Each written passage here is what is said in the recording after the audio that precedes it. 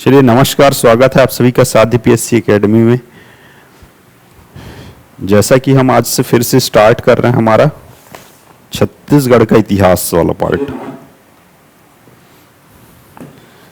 CG history हमने जैसे पता है आपको, जो ओल्ड क्लासेस में है वहाँ से हमने देखा हुआ है कि पूरा हम कहाँ तक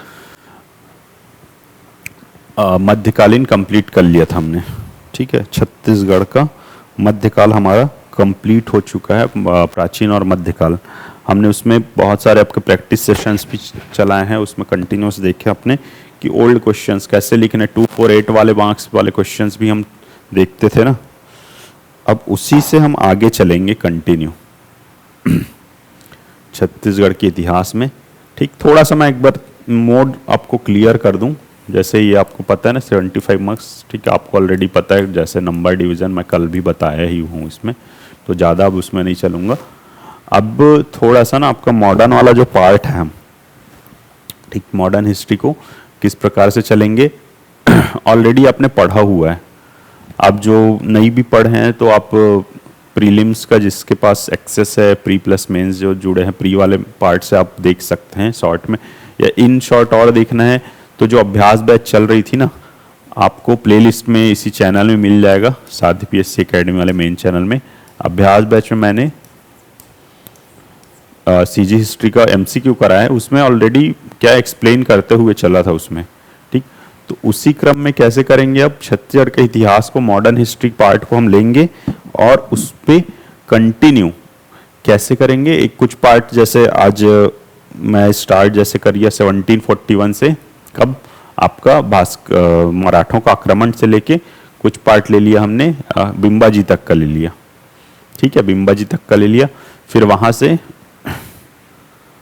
क्वेश्चंस के रूप में देखेंगे। क्वेश्चंस आए हुए क्वेश्चंस कैसे हैं, कैसे क्वेश्चंस बन सकते हैं। 2 और 4 मार्क्स, 8 और 15 मार्क्स के क्वेश्चन इस पार्ट से कैसे बन सकते हैं, इस भाग से या उस रेंज से जहां तक हम कवर करते हुए चलेंगे वहां से कैसे क्वेश्चन। तो आप कंटिन्यूशन क्या पढ़ के भी आइए डेली।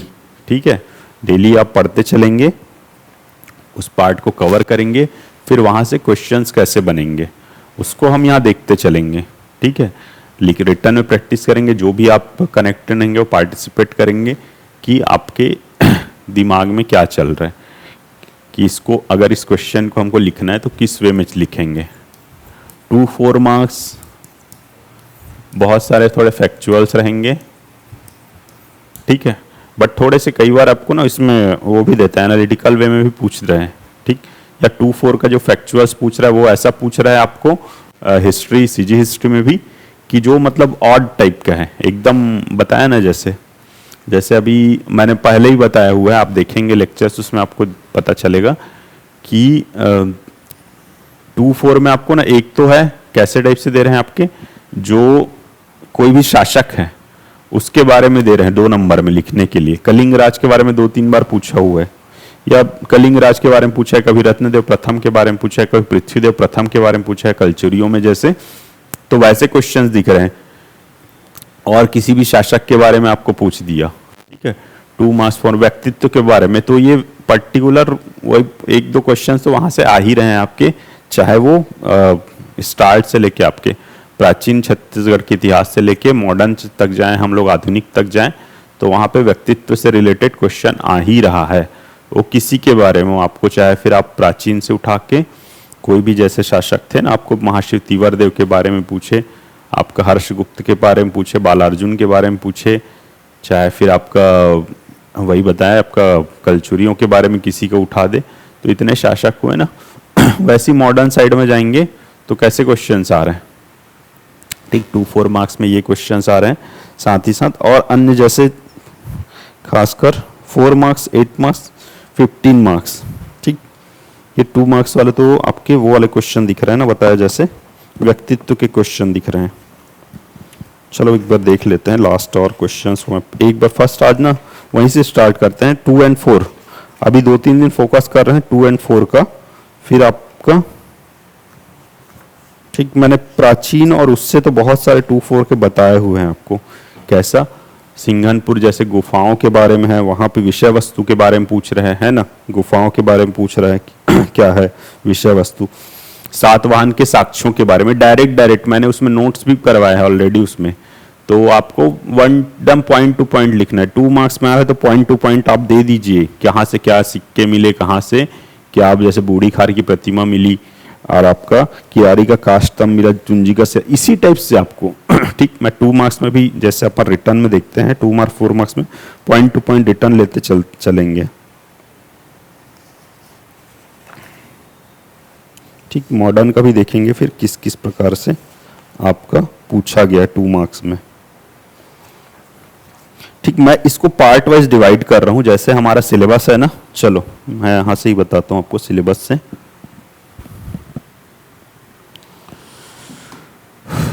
मॉडर्न छत्तीसगढ़, कलचुरी एक प्रशासन हो चुका है हमारा। हमने काकती भी पूरा देख लिया। जनजातीय आंदोलन बहुत अच्छे से कराया हुआ है। जो नए कनेक्ट हैं ऐप में जाके देखिए वीडियोस में। जनजातीय आंदोलन को आपको पूछा कैसे गया है और आपका उसमें लिखना कैसे है, कैसे उसका महत्व आदि के साथ उसको रेखांकित करते हुए आपको आंसर करना है ठीक। इसके बारे में बहुत अच्छे से बताया गया है। तो वो सब क्वेश्चंस आप देखिएगा। उसका नोट्स ही मैंने वैसा बनवाया है जैसे आपको मेंस में काम आए सीधा सीधा ठीक। यहां से मराठों के अधीन छत्तीसगढ़, ये आपका आ रहा है मराठा अधीन छत्तीसगढ़ ठीक। ये हमारा सिलेबस में टॉपिक दिया है। सिलेबस में टॉपिक नहीं भी दिया है तो जो फिर भी हम कंटिन्यूशन में आप मॉडर्न हिस्ट्री को वैसा ही लेके चलेंगे। चलो मैं ना आपको थोड़ा सा इसमें लेके बताता हूँ और आपको मैं थोड़ा सा रोड मैप बता देता हूँ कैसे चलना है हमको। जैसे आधुनिक छत्तीसगढ़,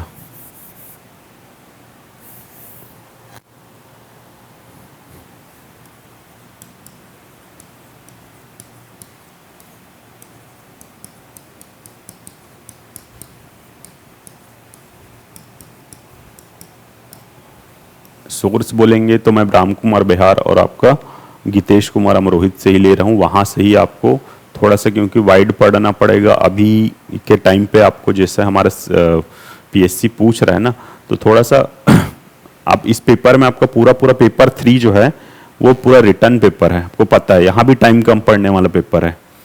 मैं पेपर कल भी जो पूरा एक्सप्लेन किया था वहाँ पे भी लास्ट क्लासेस में बताया हुआ है कि जो आपका वो प्योर थ्योरी पेपर है ना, वहाँ आपको टाइम का इशू होता है ठीक। तो आधुनिक छत्तीसगढ़ का इतिहास आपको पता है इसमें कैसा डिवाइड है। अब मैं यहाँ पे आ गया हूँ ठीक। अब ये जैसा भी डिवाइड, अब आगे आपको पता है कैसा डिवाइड है। मराठों का प्रत्यक्ष शासन, फिर आपका एंड में मराठा शासन के अंत के बाद ब्रिटिश शासन लागू होना ठीक। फिर उसके बाद हमारा राष्ट्रीय स्वतंत्रता आंदोलन और उसका छत्तीसगढ़ पे प्रभाव। इस प्रकार से चलते हैं ना हम। तो मैं इसको अब चलिए उसी क्रम में थोड़ा सा डिवाइड करके, क्योंकि हमको क्वेश्चंस देखते हुए चलना है ना।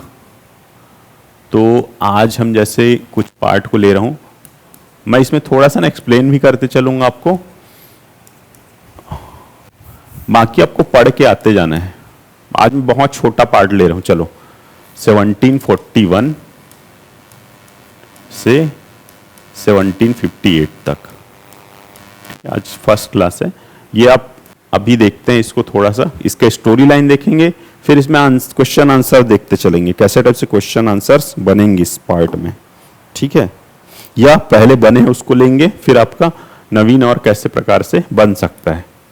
अब इसके बाद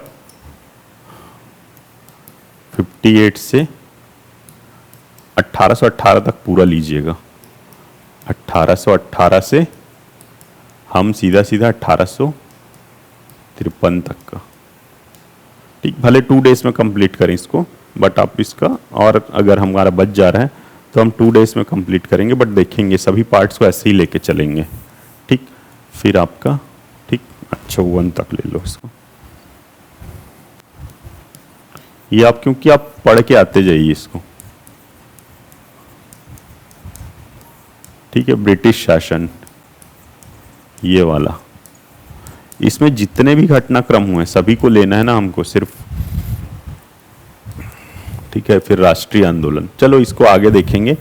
फिर अभी यहाँ तक लेते हैं ब्रिटिश शासन का किस प्रकार से हुआ, फिर आगे चलेंगे ना तो फिर राष्ट्रीय आंदोलन वाला पार्ट लेंगे, उसमें पार्ट पार्ट में लेंगे। अब उसमें आपको डिवाइड कैसे, अच्छा 1857 का क्रांति ले लेंगे ना इसके बाद 1857 क्रांति ले लेंगे छत्तीसगढ़ में।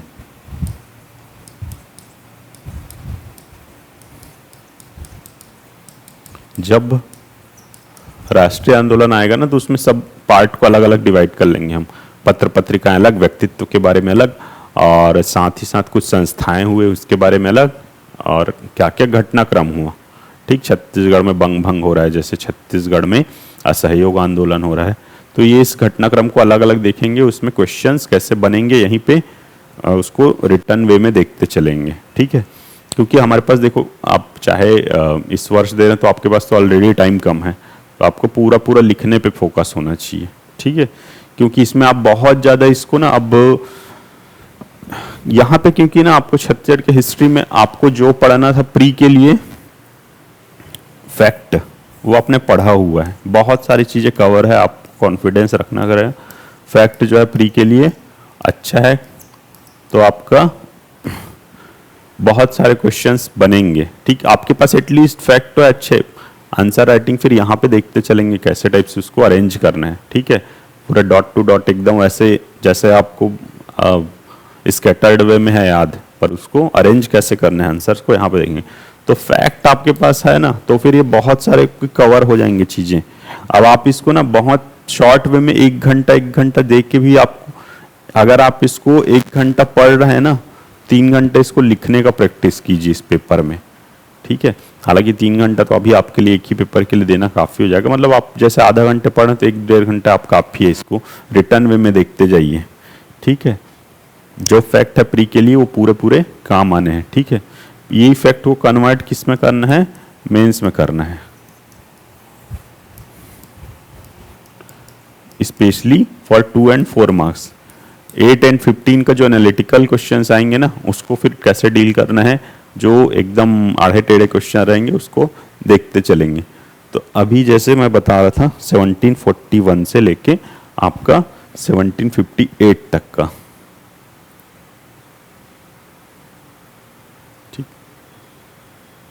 इसमें आपके 2 and 4 मार्क्स के देखते हैं। पहले 2-3 दिन 2 and 4 में कॉन्सेंट्रेट करते हैं, पहले इजी क्वेश्चन, फिर इसमें थोड़े से टफ क्वेश्चंस 2 and 4 में भी कैसे बनेंगे। आपको पता है कैसा हुआ मराठों का आगमन 1741 में हुआ, कैसा हुआ स्टोरी। अब मैं थोड़ा सा स्टोरी लाइन में चलता हूँ उसमें, फिर उसके बाद आगे देखेंगे।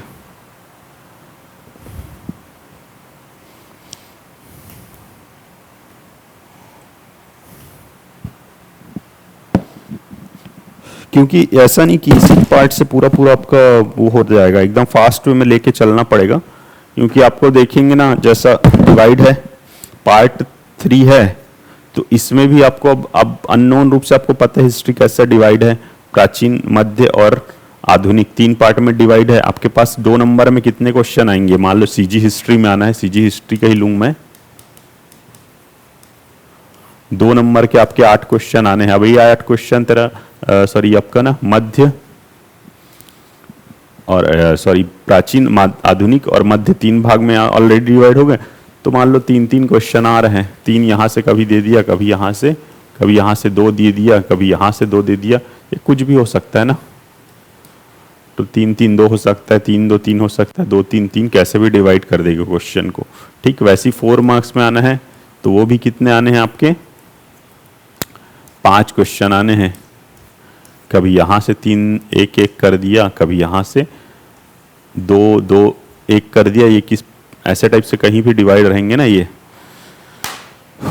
तो आवश्यक नहीं है ना कि एक ही पार्ट से आए, आपका मॉडर्न वाले से ही पूरा पूरा दे, तो इसको फटाफट हम कवर करते जाएंगे।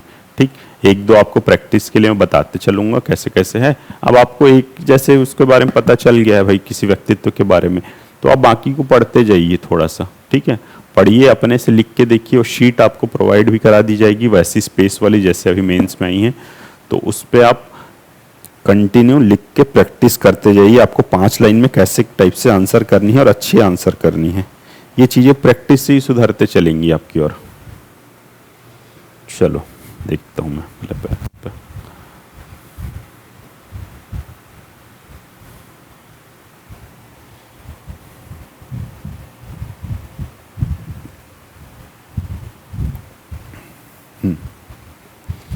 चलिए, पहले मैं थोड़ा सा ना आपको स्टोरी लाइन एक बार क्विक रूप से रिवाइज करा देता हूँ। इसमें ऐसे ही चलना पड़ेगा हमको, क्योंकि फास्ट में हमको syllabus as much as cover करनी है। और यहाँ पे अपना बहुत ज़्यादा समय पढ़ने में मत दीजिए, आपको इसको रिटर्न प्रैक्टिस कीजिए। आपको पता है, हमको भले लगे कि हम बहुत सारी चीज़ें नहीं जान रहे हैं लेकिन हमको क्या है, आपका आंसर ना वैसे ही लगभग लगभग लिखाएगा। देखिएगा, आप इस चीज़ को नोट कीजिए कि आप ना, आपको लगे कि मैं और पढ़ लेता हूँ और पढ़ लेता हूँ, ठीक है, मुझे बिम्बा जी के बारे में पता नहीं है करके। बिम्बा जी के बारे में आप अपने प्री अगर अच्छे से पढ़ा है तो आपको जैसे फैक्ट ग्रुप में बिम्बा जी के बारे में चीज़ें पता है ना, कि इसने रतनपुर में नए न्यायालय स्थापित किए, ठीक है, स्वतंत्र रूप से शासक बना, ठीक, वहाँ पे निर्माण कार्य किए, क्या बोलते हैं, रतनपुर में, ठीक है, जीर्णोद्धार कराया, खंडोबा मंदिर बनाया,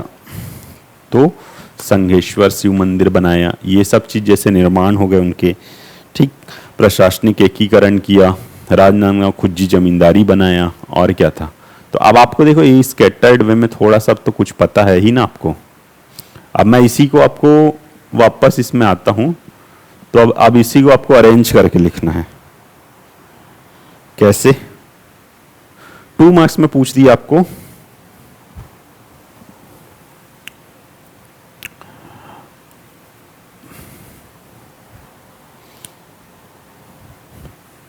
बहुत इजी क्वेश्चन से लेके चल रहे हैं बिम्बा जी के।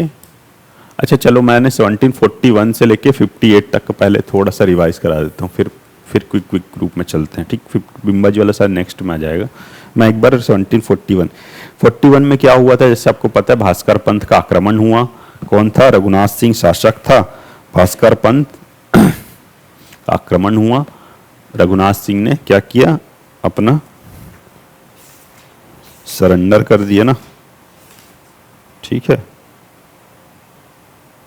ठीक, समर्पण किया। फिर उसके बाद आपका यहां से कलचुरी शासन का अंत होता है, ठीक।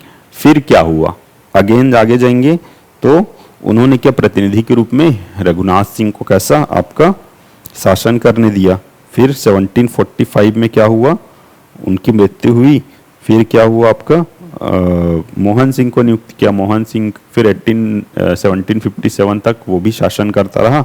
देन आपका यहाँ पे फिर बिम्बा जी का, ये कहाँ की बात होगी, रतनपुर की। उसी प्रकार से रायपुर शाखा का देखेंगे तो 1750 कौन आया, अमर सिंह, ठीक है, अमर सिंह का शासन हुआ। अमर सिंह का 1753 मृत्यु हुआ, उसका पुत्र शिवराज सिंह। अब अमर सिंह के बारे में आपको पता है, क्या पता है आपका, 53 में उसका, अच्छा सॉरी 1750 में उसको अपदस्थ कर, पहले क्योंकि अमर सिंह रायपुर शाखा में शासन कर रहा था ना, 1750 में अपदस्थ कर उसको क्या 7,000 रुपये वार्षिक टकोली देना क्या उसने स्वीकार किया मराठों को। साथ ही साथ उसको रायपुर पर प्रत्यक्ष नियंत्रण किया। कब? 1750 में। उसी प्रकार से आपका उसको राजिम रायपुर और पाटन का क्या जमींदारी दिया गया 1753 में। ये जागीर उसको उसके पुत्र शिवराज सिंह का शासन आया तो उससे ले लिया गया। फिर क्या हुआ आपका, उसको बड़गांव और 5 चन्नी गांव क्या कर मुक्त गांव उसको सौंप दिए गए। इस प्रकार से ना घटनाक्रम, सिर्फ मैं घटनाक्रम की बात कर रहा हूँ। अब इसमें थोड़ा सा आपको जब पढ़ेंगे तो ऑलरेडी जिसने प्री के लिए पढ़ा हुआ है बोल रहा हूँ ना, इसको आपको ये याद होगा उसको, ठीक है।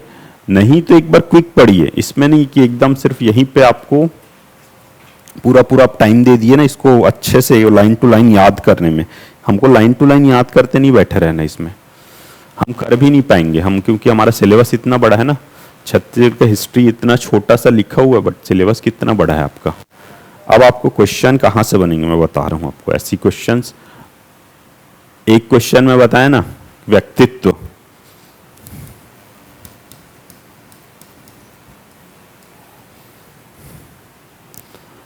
ये आप थोड़ा सा हाईलाइट करते जाइए। अब जब भी पढ़ रहे हैं ना व्यक्तित्व के बारे में, मतलब हम हिस्ट्री पढ़ रहे हैं तो कोई भी है, ठीक है,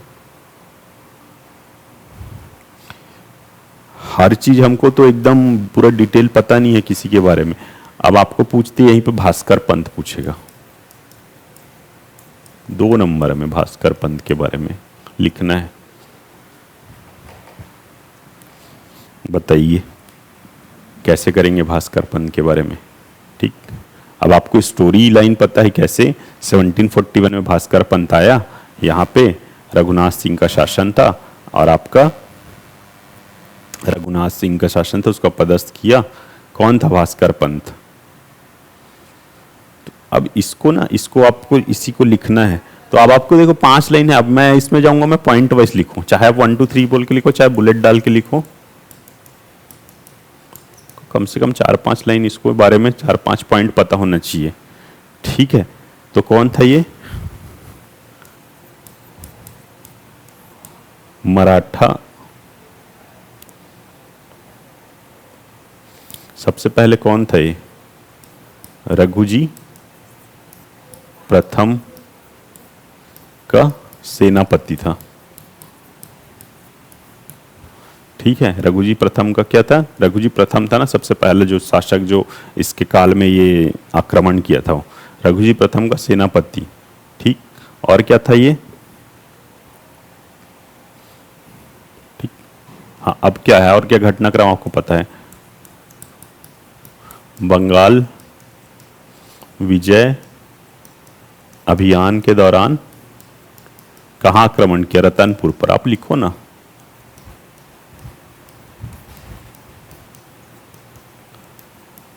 ठीक है, बंगाल अभियान के दौरान रतनपुर पर आक्रमण लिख लो। ठीक,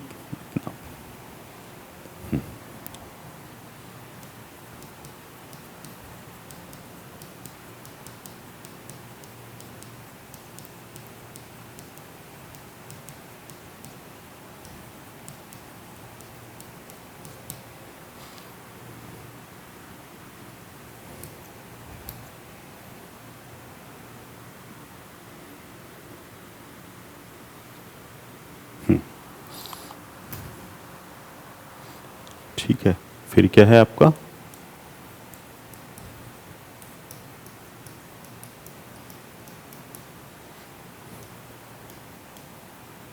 अपदस्थ कर मराठा शासन का स्थापना। ठीक है, मराठा शासन की क्या स्थापना किया। ठीक है, और क्या है इसका, ठीक है, योग्य कर्मठ कुशल नेतृत्व।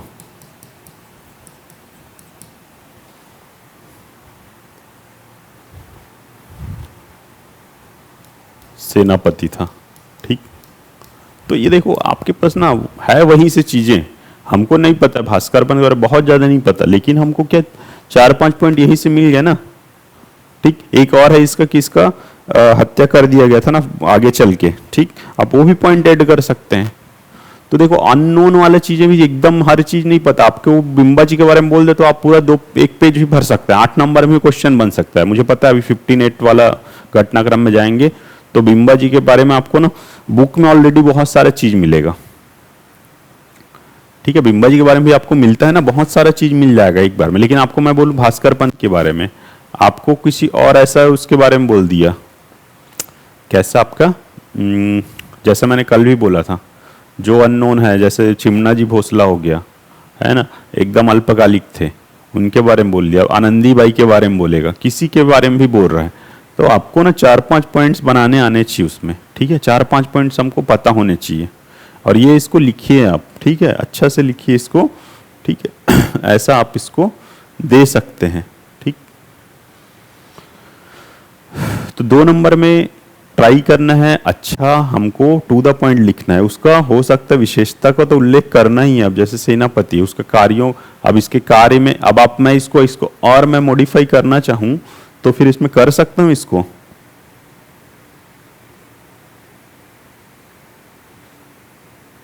ठीक, जैसे मैं आपको पैटर्न में एक बता रहा था। ठीक, अगर मैं इसी को लास्ट लाइन को मैं ना इसको मैं थोड़ा सा अगर मैं और कर दूं, मैं इसको ले लूं, इसका विशेषता करके या विशेष करके एक पॉइंट बना दूं इसी को। ठीक है, कुशल था, कर्मठ, योग्य सेनापति। तो देखो आंसर कैसे आपका, तो देख अब मैं वही बोल रहा हूँ, हाँ भी अभी यहाँ पे जब भी हम प्रैक्टिस कर रहे हैं, अब जितना एक्सपेरिमेंट है करिए, ठीक है, करिए, आप जितना आप टाइम देंगे ना, जितना आप रिटर्न में देंगे, आप 4 बार काटिए ना उसी को, 4 एक ही 2-4 पेज आप निकाले हैं, 2 पेज आप 2 नंबर को ही 5 बार लिख के देखिए, ऐसा टाइम आएगा कि आपको फिर 2 मार्क्स ना एकदम फ्लो में आपका एक एक बार में भी लिखाना चालू हो जाएगा। आप ये सब पूरी पूरी खेल क्या इसमें प्रैक्टिस का है ना, कि मैं और कैसे अपने आंसर को बेटर कर सकता हूँ, सुधार कैसे सकता हूँ, ठीक है। एकदम रट के आपको यहाँ पे कुछ भी नहीं होना है, रट के हम सीजीपीएससी मेंस को नहीं लिख सकते, कितना याद रखोगे, कहीं से आप कहीं पे आपको मार्केट में ऐसा तो बुक मैं देखा नहीं, अगर आता भी होगा कि हर चीज का आपको क्वेश्चन आंसर फॉर्म में दे दे, फिर आप उसको पढ़ लें और वही चीज याद करके चले जाएं, ऐसा नहीं हो सकता ना सीजीपीएससी में।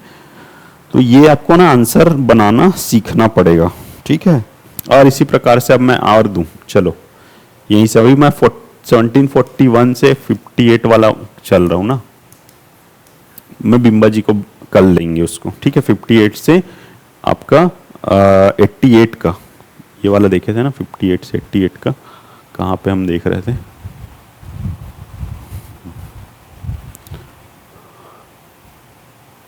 ये वाला घटनाक्रम कल देखते हैं।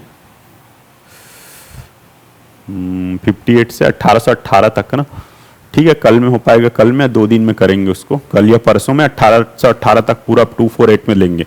अब यहाँ पे और क्या क्वेश्चन बनेंगे मैं बता रहा हूँ आपको, 58 यहाँ पे क्वेश्चंस अच्छे क्वेश्चन बन सकते हैं। 2 और 4 में और क्या क्वेश्चन बनेंगे आपके,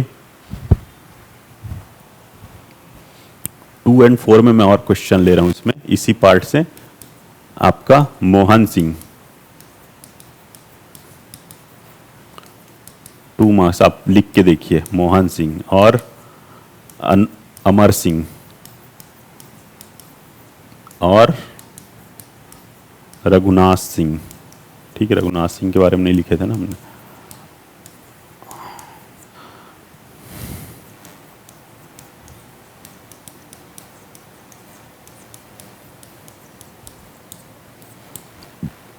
कल्याणगिरी गुसाई, कौन था कल्याणगिरी गुसाई, जो मराठा प्रतिनिधि के रूप में जब रघुनाथ सिंह को क्या किए गए थे, ठीक है, सामंत के रूप में शासन करने दिया गया था ना, डायरेक्ट तो 1741 में वो लोग क्या किए, आक्रमण तो किए, पर क्या डायरेक्ट शासन किए क्या, नहीं, रघुनाथ सिंह को वापस सत्ता सौंप दिए सामंत के रूप में, यहाँ पे आपका और वो शासन चलाते थे, लेकिन प्रतिनिधि के रूप में कौन, कल्याणगिरी गोसाई मौजूद थे। ये हमने सब फैक्ट के रूप में देखा हुआ है ना,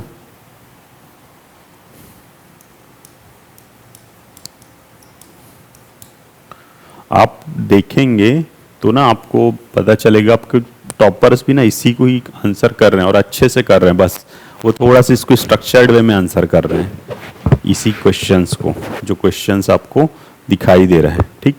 तो देखो सीट में ऐसी आपको 1 2 3 4 5 लाइन दे रहा है, अब आपको इसी में लिखने का प्रैक्टिस करना है।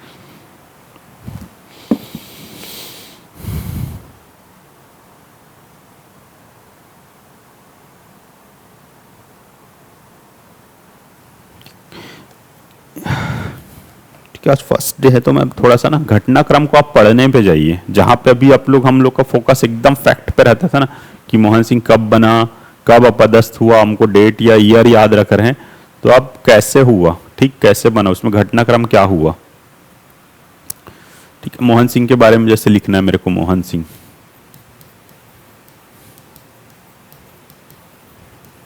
तो कौन था मोहन सिंह, कौन था मोहन सिंह,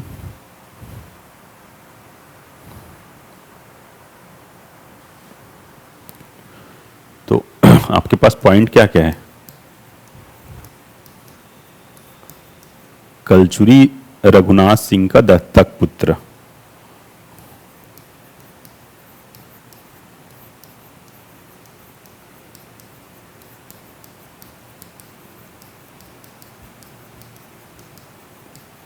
ठीक है। और क्या था, ये रायपुर शाखा से संबंधित था, ये आपके पास फैक्ट है ना। अब आप उसको एकदम पूरा पूरा पैरा में लेने के बजाय मैं बोलूंगा पॉइंट में दीजिए ना, रायपुर शाखा का शासक, या रायपुर शाखा से संबंधित शासक।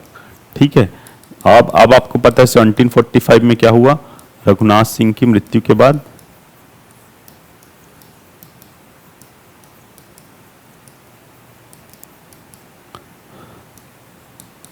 मराठा प्रतिनिधि के रूप में शासन किया। देखो इसमें मैं बताया ना, जैसे इसमें थोड़ा सा मैं बड़ा राइटिंग में लिख रहा हूँ, आपको दिखे करके, 5 लाइन में आप मेंटेन कर लोगे इसको। 45 में रघुनाथ सिंह मृत्यु के बाद मराठा प्रतिनिधि के रूप में नियुक्त। ठीक है, फिर क्या हुआ, ये क्या किया था, अच्छा इसका एक चीज था ना,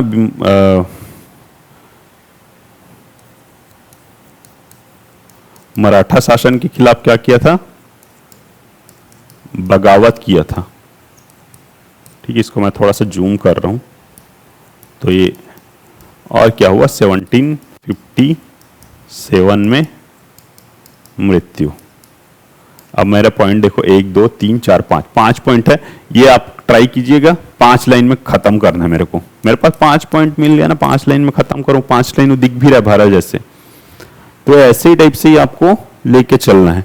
5 पॉइंट यहीं पे बन गए सीधा सीधा, 1 2 3 4 5, इसमें और कुछ आपको नहीं करना है। जब इसी को हम, जैसे मैं आपको इससे पहले बता रहा था ना, कई चीजें यहाँ पे कुछ हमारे को स्पेशल बहुत ज्यादा डिवाइड करने के लिए तो मिलेगा नहीं, जहाँ पे जैसे डिवाइड करने मिलेगा ना, मैं वैसे चीजों को ही बताऊंगा कि कैसे टाइप से उसको डिवाइड करके चलना है। जैसे आपका योजनाओं से रिलेटेड, जैसे मैं बता रहा था 7 पेपर में, कि वहां पे आपको क्या है, उसमें आपको ना, आप उसको डिवाइड कर सकते हो कि प्रावधान क्या है, उसका उद्देश्य क्या है, उसका लाभ क्या है, इस प्रकार से आप डिवाइड कर सकते हो ना। यहाँ पे आप उसको कुछ स्पेशल है नहीं, आप उसको लिख सकते हैं सीधा सीधा बस उसको क्या कीजिए, पॉइंट में दीजिए, और इसको देना चाहे तो 1 2 3 4 5 दे सकते हैं, देना चाहे तो आप बुलेट्स के रूप में दे सकते हैं। तो ये आपके ना 2 नंबर में ऐसे ही आपको जितने पॉइंट्स आ रहे हैं, ठीक, इसके खासकर की वाला चीजों को कवर कीजिए आप। ठीक, कुछ अगर स्पेशल की पॉइंट्स आ रहे हैं, अगर आपको प्री में अच्छा फैक्ट है, अमर सिंह के बारे में पूछ रहे हैं, तो अमर सिंह क्या रायपुर आपका शाखा का शासक था, 1750 में अपदस्थ कर क्या हुआ। दूसरा पॉइंट आपका, कलचुरी अमर सिंह को अपदस्थ कर क्या हुआ, मराठों के प्रत्यक्ष नियंत्रण में ले लिया। ठीक है, उसको राजीव रायपुर पाटन का जमींदारी देके 7,000 रुपए ठकोली निर्धारित। ये सब आप लिखिए ना, आप बिल्कुल इसमें आपको फैक्ट पता है, जितना अच्छा फैक्ट पता है 2 मार्क्स क्वेश्चन आपके उतने अच्छे बनने वाले हैं, अगर डायरेक्ट पूछ रहा है तो। अब क्वेश्चन में थोड़ा सा इनडायरेक्ट में भी लेके चलूंगा। ठीक, 1741 में क्या हुआ आपका, जैसे अब ये क्वेश्चन छोटे में भी बन सकता है, बड़े में भी बन सकता है। ठीक है, क्या चीज, मराठा आक्रमण का क्या कारण, देखो 2 ही नंबर में ले रहे हैं, चलो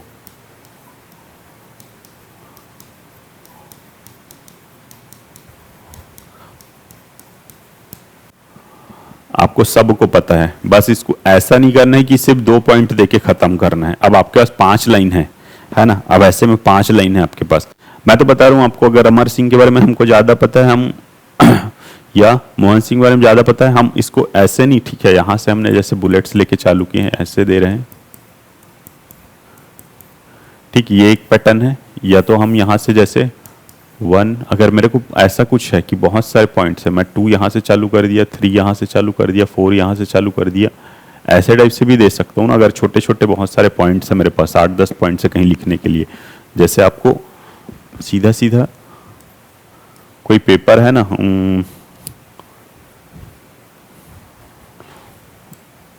दर्शन है, जैसे हमको पूछ रहा है क्या,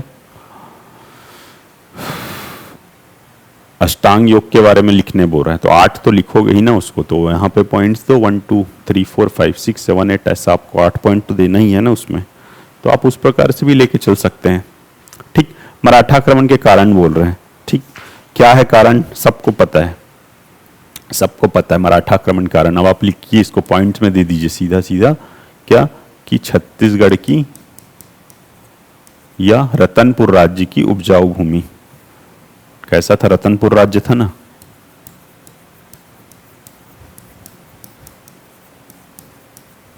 ठीक है, आज बहुत इजी क्वेश्चंस करते हैं।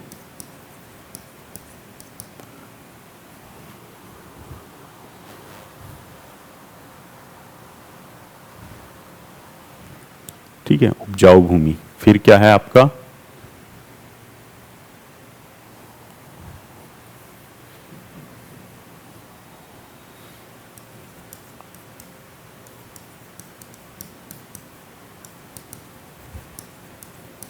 और क्या कारण था, रघुजी प्रथम की विस्तारवादी नीति।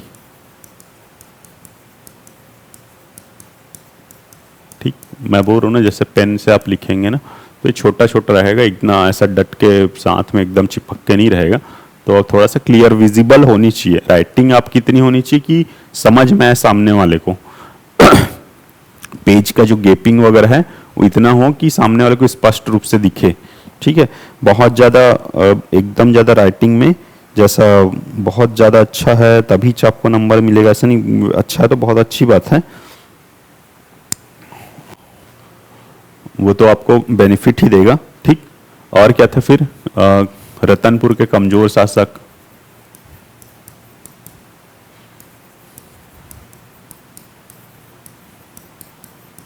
अब यहां पे हमारे पास कुछ एक्सप्लेन करने का,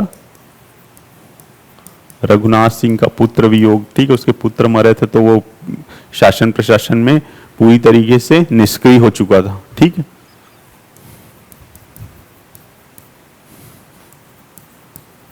और क्या है, भास्कर पंथ की महत्वाकांक्षा,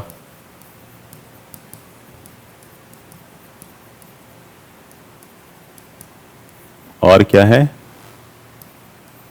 ठीक है, दोषपूर्ण सैन्य प्रणाली,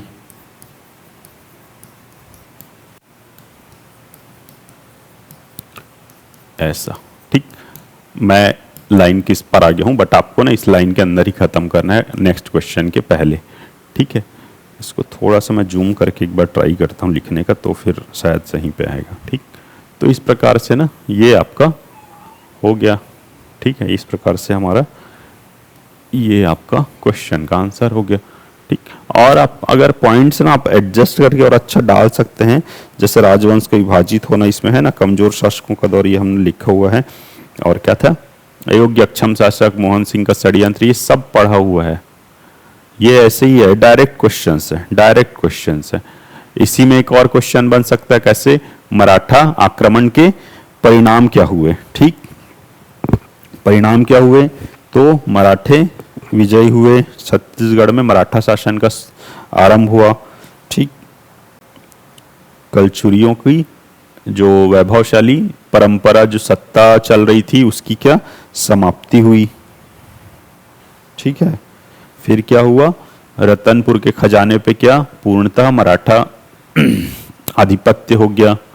ठीक, फिर अब क्या, अब वहां से जैसे दयनीय स्थिति चालू हो गई ना, शोषण का दौर प्रारंभ हुआ, लोगों पे क्या अनावश्यक कर निर्धारित कर दिए गए।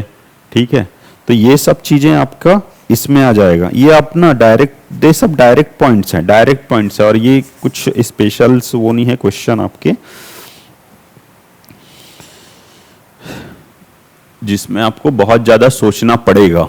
ठीक, ऐसे भी क्वेश्चंस लेंगे कि जिसमें थोड़ा सा थिंकिंग वाला पॉइंट आएगा, जैसे कि आपका मानो मैं इसी में लिया 1741 से 1750, अब यहां पे मैं थोड़ा सा लेवल अप कर रहा हूं। चलो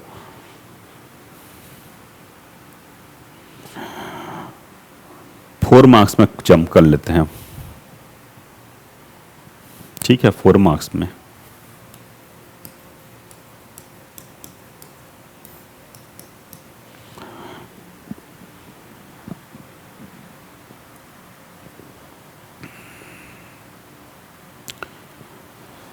अगर आपको क्वेश्चन कुछ ऐसा दे दिया कि छत्तीसगढ़ में, हाँ दे सकता है, हालांकि 8 मार्क्स के क्वेश्चन में भी देते, छत्तीसगढ़ में बिम्बा जी के पूर्व, अच्छा चलो मैं इसको ना 2-3 वे से बताता हूं। छत्तीसगढ़ में बिम्बा जी के पूर्व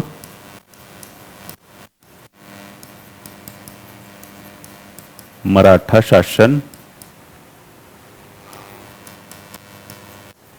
के स्वरूप की चर्चा कीजिए।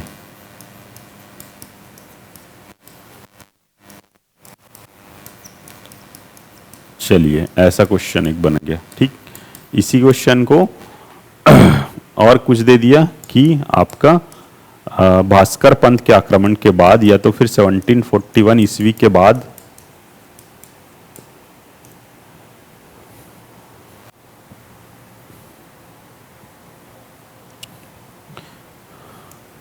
मैं सिर्फ इस पीरियड की बात कर रहा हूँ 71 से 58 तक के बाद आपका ये बिंबाजीत के शासन के पूर्व या बोलेगा प्रत्यक्ष बिंबाजी के शासन के पूर्व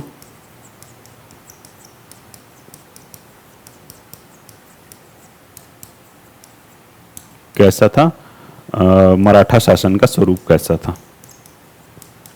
अब क्वेश्चन क्या बोलना चाह रहे हैं,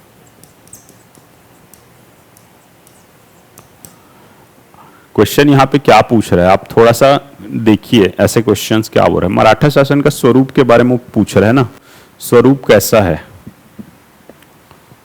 ठीक, मतलब क्या, जैसे प्रत्यक्ष शासन होता है तब तो बिंबाजी के पूरे अंतर्गत आ गया, बिंबाजी ने प्रत्यक्ष यहां पे आके शासन किया। अब स्वरूप क्या है, अब आप इसको ये देखो, इस आंसर को आप डिवाइड कर सकते हो ना,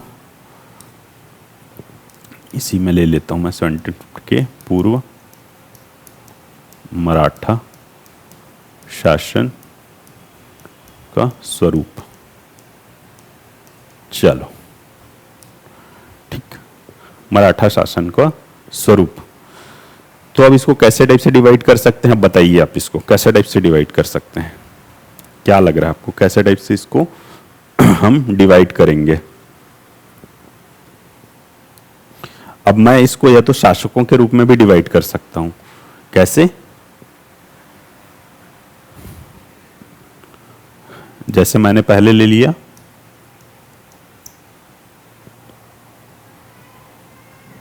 क्योंकि ये पूरा पूरा कैसे था। अब मैं इसमें देना चाहूं तो सिर्फ एक लाइन, ज्यादा से ज्यादा एक लाइन। ठीक है, कैसे लिख सकता हूं कि 1758 के पूर्व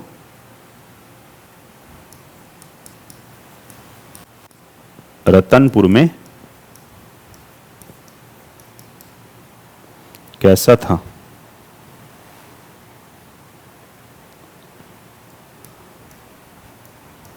मराठा शासन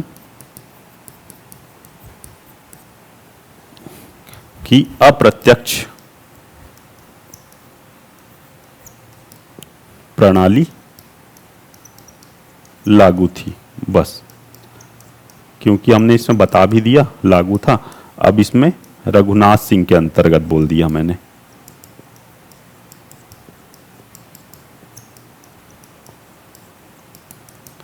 दो, एक लाइन ज्यादा से ज्यादा यहां पे। ठीक, आप यहां पर अंडरलाइन तो हमारे यहीं पे रहेगा।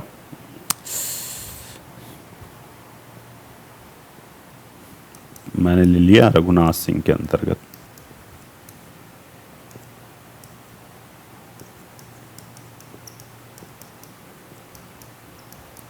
कैसा था रघुनाथ सिंह के अंतर्गत, ठीक है, सामंत के रूप में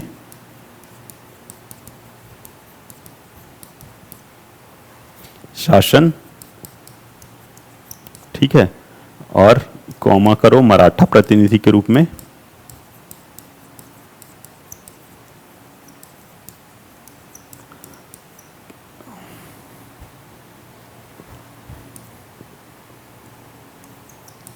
सेवनटीन 1745 ईस्वी तक क्या हुआ, आपका शासन किया, शासन। ठीक है, ठीक, आप इसमें ऐड करना चाहें तो कल्याणगिरी गोसाई का नाम भी ऐड कर सकते हैं। इसके पश्चात क्या हुआ आपका, देन मोहन सिंह,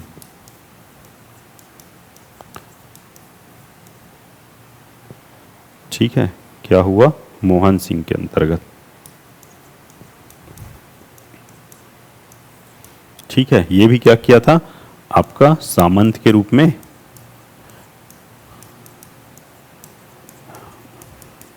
रघुनाथ सिंह का, ठीक, ठीक, इसको मैं थोड़ा सा और बड़ा करता हूँ ना, तो आपको क्लियर विजन में थोड़ा सा क्लियर आएगा। इसको एक सेकंड ना, ठीक, मैं यहाँ से ले रहा हूँ, आप ना कंटिन्यूशन में लेंगे आप लोग। मोहन सिंह,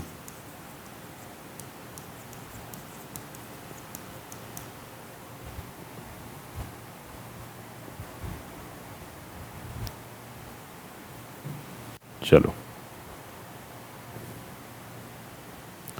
यार यही खसक दिया।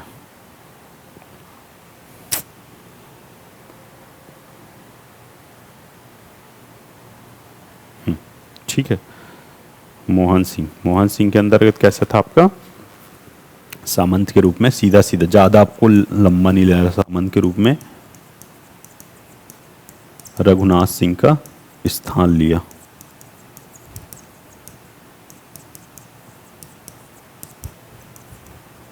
ठीक, थर्ड, फिर अब आप देखो यहाँ पे, अब आपको ऐसा तो नहीं है ना कि सिर्फ और सिर्फ रायपुर का ही पूछ रहा है, हमेशा जहां पे डिवीजन होगा आंसर, उसको डिवीजन में लेके चलिएगा। ठीक है, मैं इसको बाद में बड़ा करके आपको थोड़ा सा और दिखा दूंगा। देखो, इसको रटने का नहीं है ना, एकदम आपको नोट करने का ऐसा वो है, आप बस देखते जाइए, आपको खुद ही समझ में आ जाएगा। मैं जो बोल रहा हूँ वहां से भी आप फोकस कर सकते हैं। ठीक है, अमर सिंह, चलो मैं इसको ना एक दो पार्ट में और डिवाइड कर दिया यहीं पर। ठीक, यहां पे मैंने एक लिख दिया हूं, एक हेडिंग और दे दिया, रतनपुर शाखा। अब इसमें 2 पॉइंट बन गए। फिर आपका रायपुर शाखा, रायपुर शाखा में क्या हुआ? 1750 में अमर सिंह का। ठीक, इसको भी क्या किया? 1750 में क्या हुआ? रायपुर में इसको अपदस्थ किया।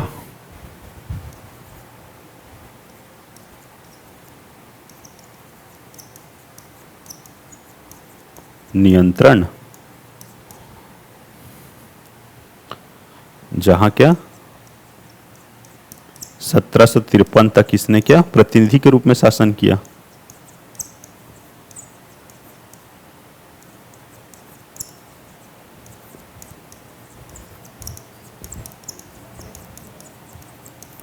तो इस प्रकार से ना आप दे सकते हैं। ठीक है, प्रतिनिधि के रूप में शासन किया। तो 58 के पूर्व कैसा था शासन व्यवस्था? ठीक है, कैसा था? एक तो अप्रत्यक्ष शासन प्रणाली लागू थी। ठीक, इसको मैं थोड़ा सा इसको ना वाइड करेंगे तो फिर आपका ना स्पेस थोड़ा सा बड़ा करके बनाएंगे तो फिर ये आपको ना थोड़ा विजन में भी क्लियर हो जाएगा। ठीक, मैं इसको थोड़ा सा वैसा करके लाता हूँ तो आपको ना विजन में भी थोड़ा सा क्लियर होगा। अभी आपको क्योंकि वो मुझे लग रहा है कि विजन में उतना ज़्यादा क्लियर वो दिख नहीं रहा होगा ना। तो जैसे शासन का स्वरूप आदि के बारे में आपको पूछ रहा है ना, तो ये आपको ना स्वरूप उस वे में देना है कि मान लो पूछ क्या रहा है, शासन का स्वरूप पूछ रहा है, तो प्रत्यक्ष व्यवस्था थी, अप्रत्यक्ष व्यवस्था था, प्रतिनिधि के माध्यम से था। तो इस वाले स्थिति में कैसा था? उन्होंने विजित तो किया 1741 में, फिर क्या अप्रत्यक्ष रूप में सामंत के रूप में शासन व्यवस्था करने दिया। इस प्रकार से चला ना शासन। तो ये ही आपका इस प्रकार से बनता है। इस 1741 से 58 में और ज़्यादा चीज़ें नहीं है। इसको देखिए थोड़ा सा, क्या आपका एक तो है आपका कारण क्या थे, परिणाम क्या हुए, 3-4 जो पॉइंट्स हैं, जो व्यक्तित्व का नाम आएगा। ठीक, इसमें मोहन सिंह, अमर सिंह आ गया आपका, और इसके पूर्व में आपका रघुजी प्रथम हो सकता है, और आपका भास्कर पंत, ये सब व्यक्तित्व हो गए। तो ऐसे देखो छोटे छोटे पार्ट में करके हमको चलते जाना है। छोटे पार्ट्स में लेंगे, वहाँ से क्वेश्चंस कैसे बनेंगे उसको देखेंगे। फिर एक कंबाइन में भी लेंगे कि मराठा शासन का अगर संपूर्ण विश्लेषण पूछ रहा है, संपूर्ण समीक्षा पूछ रहा है, तो उस क्वेश्चन को कैसे टैकल करना है, कैसे टाइप से बड़े क्वेश्चन। ठीक, तभी तो 2-4 में 2 दिन फोकस करते हैं, फिर आगे चलेंगे। Okay, thank you.